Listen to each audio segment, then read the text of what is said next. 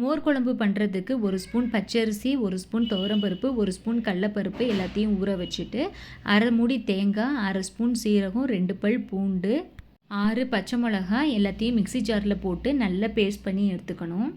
புளிச்ச தயிர் அதையும் நல்லா கிரைண்ட் பண்ணி எடுத்து தனியாக வச்சுக்கணும்.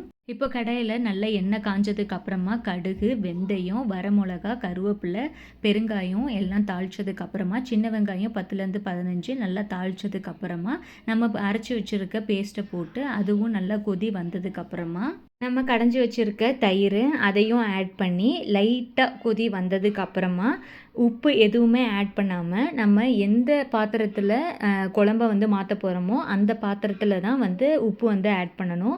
மஞ்சத்தூள் வந்து ஆட் பண்ணிவிட்டு ஃபைனலாக லைட்டாக கொதி வந்ததுக்கு அப்புறமா நம்ம வந்து பாத்திரத்தில் வந்து மாற்றிட்டு ஃபைனலாக கொத்தமல்லி தலையெல்லாம் ஆட் பண்ணிட்டோம் அப்படின்னா குழம்பு சூப்பராக ரெடி ஆகிடும்.